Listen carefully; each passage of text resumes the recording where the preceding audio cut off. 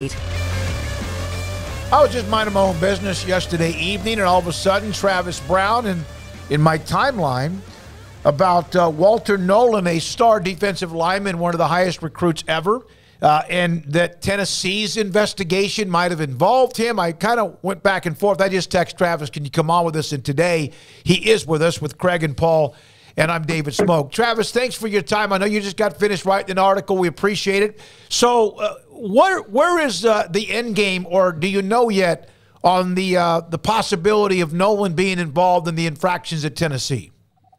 Well, so I have to give credit. The original reporting is done by Mike Wilson up at the Knoxville Sentinel News up here in Tennessee. They have access to open records and things like that in the state of Tennessee that we can't access because we're not residents of the state.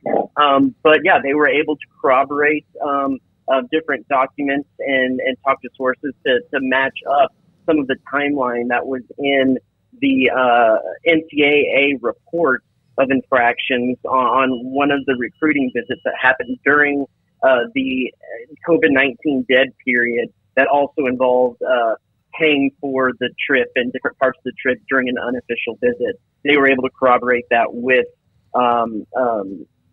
Walter Nolan and his family. So good reporting by them. We were able to kind of continue on some of that and got a hold of Nolan's father briefly, and he just said it didn't happen. So that's kind of where it is there.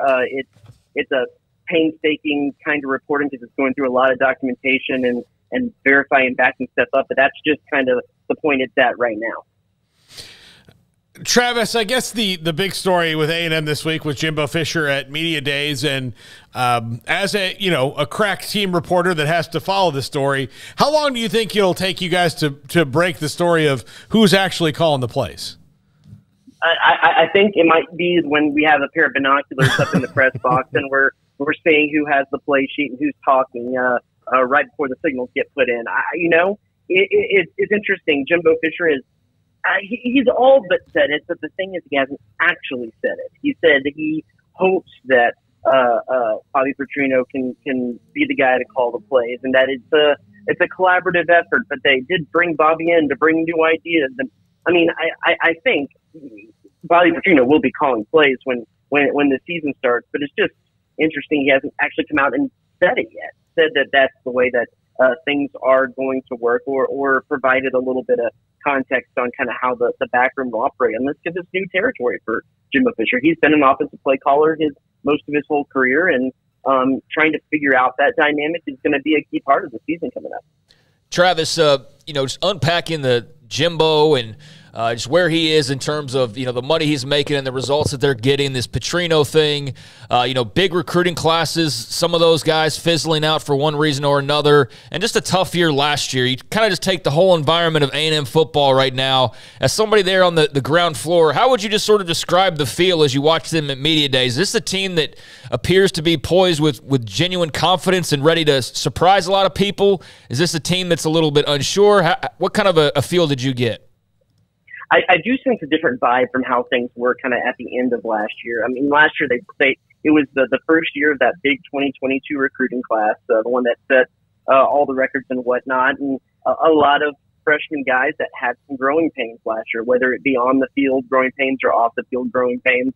But that all being said, they do have a new offensive coordinator in who, whether he's calling plays or not, is bringing in new ideas and adding another set of eyes, a different look to things, and providing some instruction. And when I asked the two A&M defensive players that were here yesterday, what looks different about the offense with Bobby Petrino, and he said there's a swagger about that. When I asked Anaya Smith, he said it's a swagger because Bobby Petrino kind of lets them be themselves a little bit more in the offense. He said Jimbo, rigid perfectionist, and there's something to be said with that, but they get a little bit of best of both worlds. They get that very high attention to detail. Not that Bobby Petrino isn't attention to detail, but he says there's a little bit of freedom. They let them kind of be themselves in the offense, and there was something refreshing about that, brought some swagger. And so you can tell that there is a little bit of a rebound. There is a little bit of a move on from last season, but we'll see if they can hit the ground running in this offense, especially if the offensive line can hit the ground running in this offense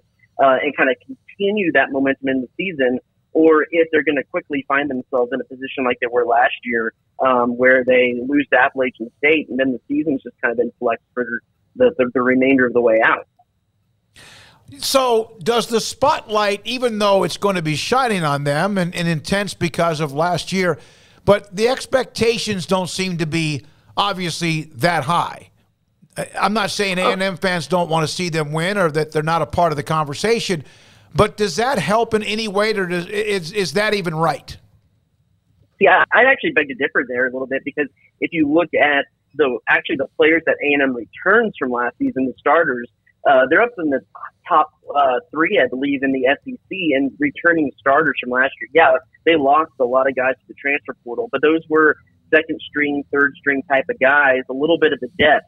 Now, that plays into it if they get some injuries through the season and they have to delve into that depth a little bit. But they do return a lot of guys. It's coming off of a year where Jimbo Fisher really did not live up to expectations. I actually think the expectations are very high to see how this new Jimbo Fisher and Bobby Petrino partnership pairs together. And if it doesn't mesh quickly and they get into that 8, but especially 9 to 10 win range, that's when you start looking at what's the future of this program, and I would think there would be some rumblings from the A&M faithful on is this really what the future should look like for A&M? But actually, I think that the bar is set pretty high for this A&M team because of what they return and because of the pressure to bounce back quickly from last year. Bobby Petrino seems to be kind of the lifeline that Jimbo Fisher has on this, and they need to produce and win some games this year.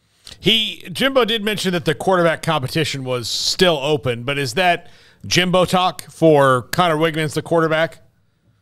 I would think it's Jimbo talk. I would be shocked if it wasn't Connor Wigman, but it's really hard, as I'm sure I know y'all know, that spring games it's hard to get a full gauge on what's going on there because of the personnel that's out there and the plays that they're calling. Max Johnson looked every bit as good as Connor Wigman in the spring game.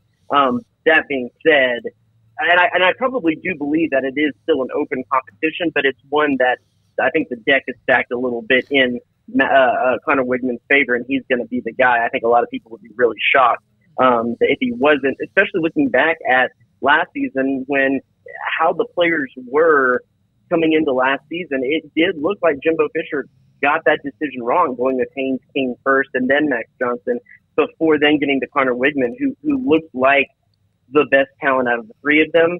I do think it is, quote unquote, an open competition, but I do also think that Connor Wigman will be the winner eventually. Travis, is there anybody that last year was not a part of it, whether it's an incoming player and or somebody that's just grown up because they're more mature and better, stronger, whatever, and maybe have more of a chance, a name or two, without putting you on the spot, that might be someone that makes them better? Well, I'll give you 2, and first is an easy one, and that's Anaya Smith. You know, he made it just to the big start of SEC play. Of course, a guy that was a big name star for them, but broke his leg and was out for the whole end of the season last year. He came back, and they're a different team when they can have Anaya Smith in the offense, because he's such a playmaker. He can come out of the backfield. He can line up at wide receiver. He's a kick return threat. He's just an all-around good player. And so when he's in the lineup, it changes the whole complexion of the offense and special teams as well. Noah Thomas is actually one that kind of came and surprised him, also a wide receiver. He got the offensive MVP award for the spring drills this year. Really speedy, and Jimbo Fisher just said every day he was out there, he was stepping his game up. A name he got in a little bit last year towards the end of the season, but you pretty much knew when he was in the game it was going to be in blocking duty for running. You almost never saw him catch a pass or run a route. But this year, apparently, he has really stepped his game up. Noah Thomas is the guy that I think everyone is going to kind of have their eyes on to see how he meshes into this offense and what improvements that he made. How long before the Reuben Owens hype train gets going? Probably pretty early, because that's a pretty wide open battle back there in running back. I know Amari Daniels is probably the front runner there to step up, but a lot of talk. I don't know if it's going to quite be the Damon Demas hype train, which of course fell off the rails before it even really got out of the station. I think this will be a much better situation for them. But yeah, I think you'll hear a lot of clamoring, but you'll probably see a decent amount because there's not a real front runner in that group yet. So I would imagine as they go through non-conference play, all of them will get a little bit of shot to see who kind of separates themselves. Travis, this is not, I guess it's somewhat A&M related, not directly with the team, but what's it been like to have some of the Oklahoma and Texas contingent press-wise start to make their way into the weeds of SEC Media Days? Hey, it's fun. You know, you can't, I'm sure y'all know, you can't pass up an opportunity to sit at a lunch table and hear stories from Kurt Bowles and the likes of those guys. So it's great. I started my career in the Big 12, covered those. I know a lot of these guys, and so to have a little bit of the Western side of the SEC now flavor here it's fun and provides a little more. Probably besides someone asking Lane Kiffin if he looks like him, or it was a weird interaction in the media room. Maybe one of the best questions was one of the Texas guys asking Josh Heupel which UT is the real UT, and Josh Heupel responded, "There's only one UT, and there's only one right color of orange." So that stuff has kind of already started up and made things a little bit more fun. So yeah, as Texas folks who come from the state, it's always fun to have some compatriots around here and to cut up with at Media Days. Travis, I want to know, in your opinion, next year the SEC Media Days will be in Dallas. Do you feel like that would have happened if Texas and Oklahoma weren't a part of the conference next year? Man, that's the $10,000 question. That's loaded. I will say this.